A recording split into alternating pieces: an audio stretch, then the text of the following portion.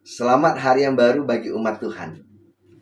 Tanggal 15 Juli adalah hari keterampilan pemuda sedunia atau World Youth Skills Day yang ditetapkan oleh Perserikatan Bangsa-Bangsa.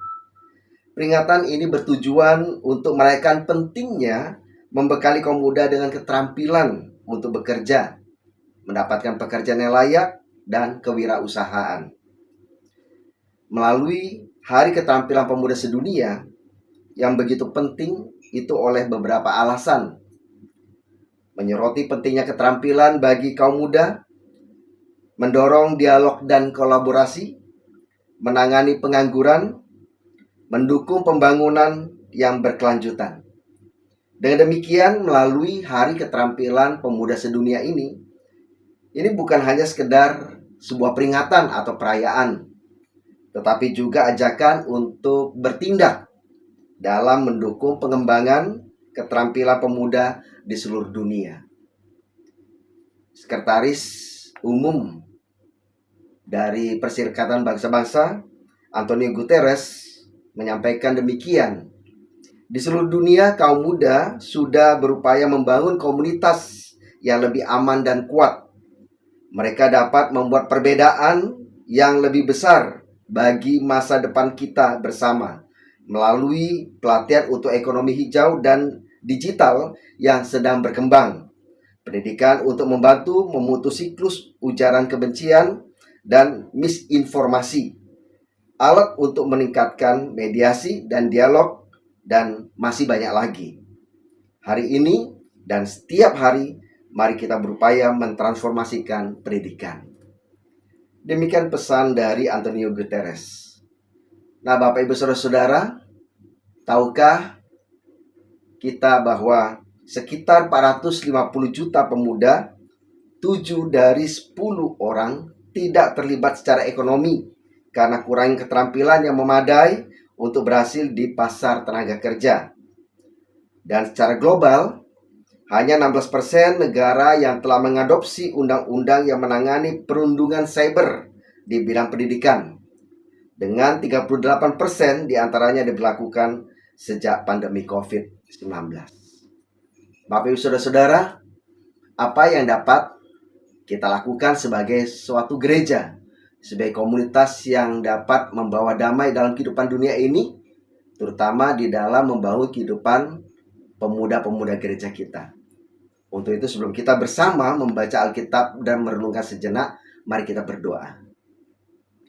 Tuhan, makasih, kuasai dan pimpin kami untuk merenung sejenak dari firman-Mu, secara khusus ketika kami mengingat akan kehidupan orang-orang muda gereja-Mu ini. Dalam Kristus kami serahkan. Amin. Bapak Ibu Saudara-saudara, saya mengajak kita bersama memperhatikan 1 Yohanes 2 ayat 12-14. Aku menulis kepada kamu, anak-anakku, sebab dosamu telah diampuni oleh karena rahmat namamu. Aku menulis kepada kamu, bapak-bapak, karena kamu telah mengenal Dia yang ada sejak semula. Aku menulis kepada kamu, orang-orang muda, karena kamu telah mengalahkan yang jahat. Aku menulis kepada kamu, anak-anak, karena kamu mengenal Bapa. Aku menulis kepada kamu, bapak-bapak, karena kamu mengenal Dia yang ada sejak semula. Aku menulis kepada kamu, orang-orang muda, karena kamu kuat dan firman Allah tinggal di dalam kamu, dan kamu telah mengalahkan yang jahat. Bapak Ibu Saudara-saudara, 1 Yohanes 2 ayat 12-14 adalah puisi 6 baris dari rangkaian tulisan Yohanes, di mana ia berbicara tentang 3 kelompok orang percaya yang berbeda. Yohanes berbicara kepada orang Kristen baru, orang Kristen yang lebih tua, dan mereka yang berada di antara keduanya, sesuai urutan tersebut. Kemudian ia berbicara kepada masing-masing kelompok lagi dengan urutan yang sama. Lalu mengapa Yohanes mengulangi perkataannya di dalam ayat 13-14 ini? Yohanes mungkin mengulang-ulang kalimatnya untuk menekankan keyakinan bahwa para pembacanya adalah bagian dari keluarga Allah. Dan kalau diulang-ulang, tentu saja akan mengingat bagi para pembaca dan pendengarnya. Bukankah hal itu juga yang boleh terjadi dalam kehidupan kita jika kita mengulang-ulang perkataan atau pengajaran, tapi tentu saja bukan mengulang-ulang sebuah cerita yang barangkali itu dapat membosankan, bukan? Nah, orang-orang yang disebutkan Yohanes ini adalah mereka yang mengenal Tuhan dalam persekutuan melalui pengalaman yang panjang. Karena disebutkan bahwa mereka telah mengenal Dia yang ada sejak semula.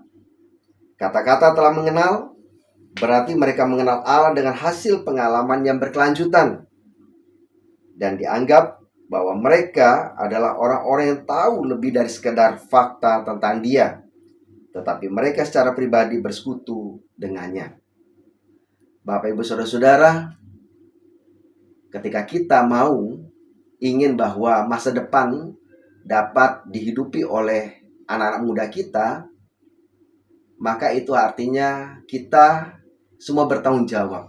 Bagaimana mempersiapkan orang-orang muda gereja, orang-orang muda dalam keluarga kita, orang-orang muda dalam sekolah, orang-orang muda dalam masyarakat, dan dimanapun orang-orang muda berada. Kita harus memberikan pengajaran dan teladan kepada mereka. Tak mungkin kita biarkan mereka mencari sendiri, yang mungkin mereka adalah orang-orang yang tidak tahu bagaimana mereka harus memulai. Yang memiliki pengalaman banyak tentu orang tua, tetapi masa depan adalah milik mereka. Maka sebagaimana Tuhan Yesus, Dia bisa saja dengan kebesaran ilahinya dan kuasanya dapat membuat masa depan itu baik tanpa ada hal yang dapat merintangi orang-orang muda atau manusia kebanyakan. Semuanya baik-baik saja dan tidak ada yang celaka. Tetapi bukan itu yang Dia buat. Tuhan Yesus mendidik orang-orang muda, mendidik murid-muridnya, mendidik orang-orang yang boleh datang kepadanya. Mereka memberdayakan orang-orang muda ini dan murid-muridnya ini untuk dapat membangun masa depan mereka sendiri.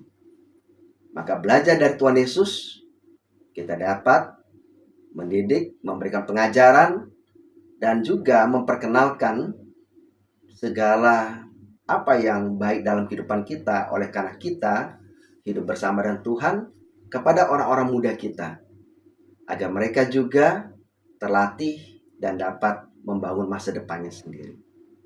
Kasih Kristus menyertai kita semua. Amin. Mari kita berdoa. Tuhan, makasih, kami bersyukur Engkau memberikan pada kami kesempatan untuk dapat hidup mengenal lebih dalam kepada Engkau. Kami tidak ingin bahwa hari-hari kini dan ke depan menjadi rusak atau hancur oleh karena kerusakan yang dibuat oleh kami sendiri ataupun manusia lainnya, oleh karena keegoisan, kepentingan diri sini, atau tidak mau tahu bagaimana keberadaan yang lain. Oleh karena itu kami ingin membangun setiap orang, khususnya orang-orang muda, dengan baik, dengan benar, sesuai dengan nilai-nilai Injil Tuhan Yesus Kristus, sehingga mereka juga dapat dan mampu membangun masa depannya sendiri. Kuasai kami semua Tuhan, agar hari ini juga bukan sekedar memperingati hari keterampilan pemuda sedunia, tetapi bagaimana kami mengajak orang-orang muda juga terampil dalam kehidupannya di masa kini untuk kehidupan di masa datang.